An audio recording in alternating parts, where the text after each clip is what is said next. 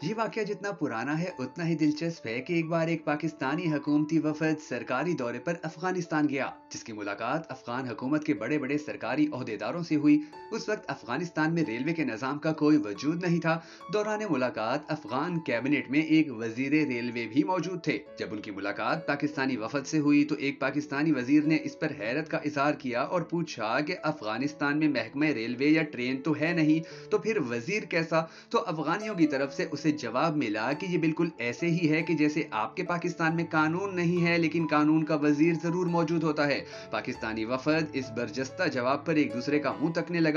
इस वाक़े के कई अशरों बाद आज के हालात देखें तो अफगान वजीर रेलवे की कोशिशें तो रंग ले आईं कि आज अफगानिस्तान में एक बेहतरीन रेलवे निज़ाम मौजूद है, लेकिन बदकिस्मती से पाकिस्तान में कानून आज भी किताबों और फाइलों की शक्ल में लाइब्रेरियों और अदालतों की अलमारियों और ताकचों तक ही महदूद है। हकीकत में इसका अमली नफाज आज भी ना होने के बराबर है। पाकिस्तान की तारीख का ये अलमनाक पहलू निहायत तवज्जो तलब है कि एक ऐसा मुल्क जो आईनी जराए और कानूनी मुबाहस के नतीजे में मारिज वजूद में आया था, आज़ादी के बाद के 23-24 साल तक सरजमीन बे आइन कहलाया जाता रहा। ऐसा नहीं कि जहाँ कवानीन नहीं बने थे या इसके लिए कोशिशें नहीं हुई, यहाँ बारहा आइनों कवानीन की तखम रेजियां हुई, लेकिन असल मसला इन कवानीन और कवायद पर अमल दरामद का था, जिसके लिए आज तक न सिर्फ संजीदा कोशिशें नहीं हुई बल्कि शऊरी तौर पर इनके बुनियादी ढांचों में इतने झोल और सुकम रखे गए कि वक्त पड़ने पर हर ताकतवर ने इसे अपने जाती मफादात की खातिर तरोड़ मरोड़ कर अपने घर की बांदी बना लिया। बदकिस्मती से ये अलमिया शुरू दिन से ही बहसीयत कौम हमारा मुकद्दर बना। शुरू दिन से ही हम कानून की अलमदारी के कहत का शिकार रहे। बैरूनी दुनिया में पाकिस्तान के हवाले से अमीर और गरीब के लिए अलहदा अलहदा कानून की इस्तेलाह इस्तेमाल की जाती है जो बिल्कुल हकीकत पर मबनी है। अक़वाम मुत्तहिदा के तरक्याती इदारे की पाकिस्तान में नुमाइंदा आलियाना नकोलियत के बकौल पाकिस्तान में ना इंसाफी और ना बराबरी सिर्फ लोगों की आमदनी और दौलत तक ही महदूद नहीं, बल्कि असल हकीकत यह है कि पाकिस्तान में अमीर की दुनिया अलग और गरीब की दुनिया मुकम्मल तौर पर अलग है। उनके बकौल खवानगी की सतह हो या सेहत की सहूलियात, लोगों के रहन सहन के मयारात हों या रोजी रोटी, यहाँ इंतहाई अमीर और इंतहाई गरीब लोग अपनी अलग अलग दुनिया बसाए बैठे हैं। यहाँ बिलाशुबा रंग, नस्ल, जबान, कौमियत के नाम पर रियासत के अंदर रियासतें कायम हैं। यहाँ सियासी कल्चर, वडेरा शाही, सरदार इज़्म और जागीरदारी निज़ाम के दरख्त ने गहराई तक जड़ें फैला रखी हैं, जिसका फल लूट मार, डकैत, गैंग, अगवा बराए तावान, टारगेट किलिंग, बम ब्लास्ट और खुदकुश हमलों की सूरत में दहाइयों से हम खा रहे हैं।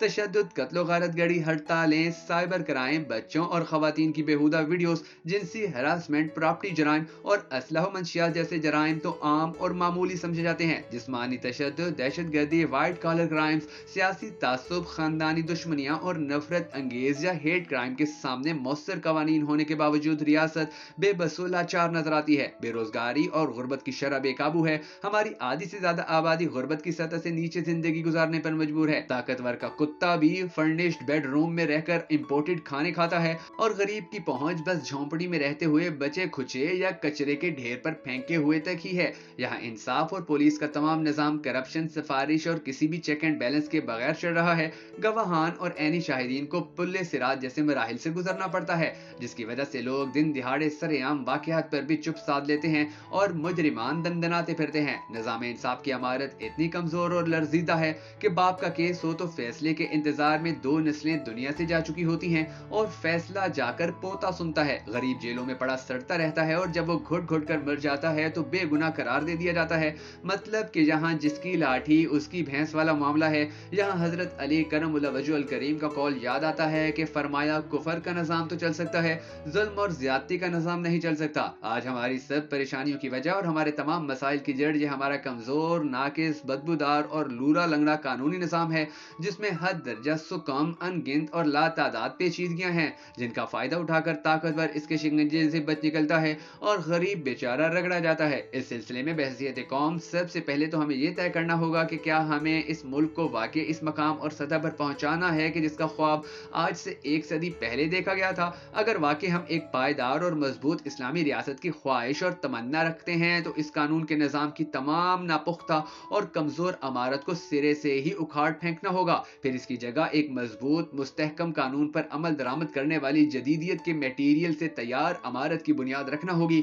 मुल्क में अदम मसावात, शख्सी नस्ली गिरोही और मजहबी मनाफरत के खात्मे के लिए इज्तिमाई शऊर की फिजा को परवान चढ़ाना होगा। आईनो कानून की अलमदारी और इसकी पेचो खम को दूर करने की कड़वी गोली निकलनी होगी। इसका सीधा साधा सा असूल नबी मुकर्रम सल्लल्लाहु अलैहि वसल्लम ने आज से 1400 साल पहले बता दिया था कि अगर मेरी बेटी खातून जन्नत भी चोरी करती तो यकीनन उन्हें भी वही सजा मिलती। इसके लिए बिलाशुबा मुहिब वतन, मुल्क कौम का दर्द रखने वाले बाशऊर और बासलाहियत अफराद को आगे आने की जरूरत है, जो अपने तमाम जाती, इनफरादी और ग्रोही मफादात से बालातर होकर मुल्क मिल्लत के इस दर्द को समझ सकें और हुकूमती निज़ाम को ईमानदारी के साथ मौसर बनाने, अदालती निज़ाम की बेहतरी और गुर्बत के खात्मे के लिए मुखलिसाना कोशिशों का आगाज कर सकें।